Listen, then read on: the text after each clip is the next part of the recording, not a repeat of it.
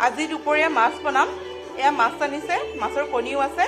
একদম সিম্পল তৰিকাত বনাম, জিকা দি বিলাহী দি বনাম।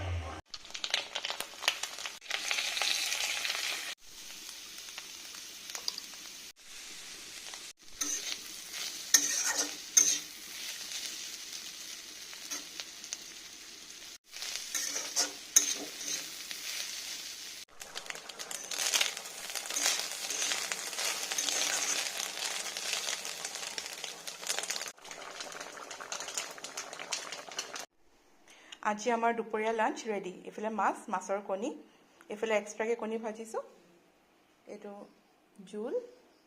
এইফালে মোৰ ঘৰৰ কাষৰ বায়ে দিছিলে চিকেন বনাই দিছিলে। চ' আজি আমাৰ দুপৰীয়া লাঞ্চ এনেদৰে হ'ব আৰু।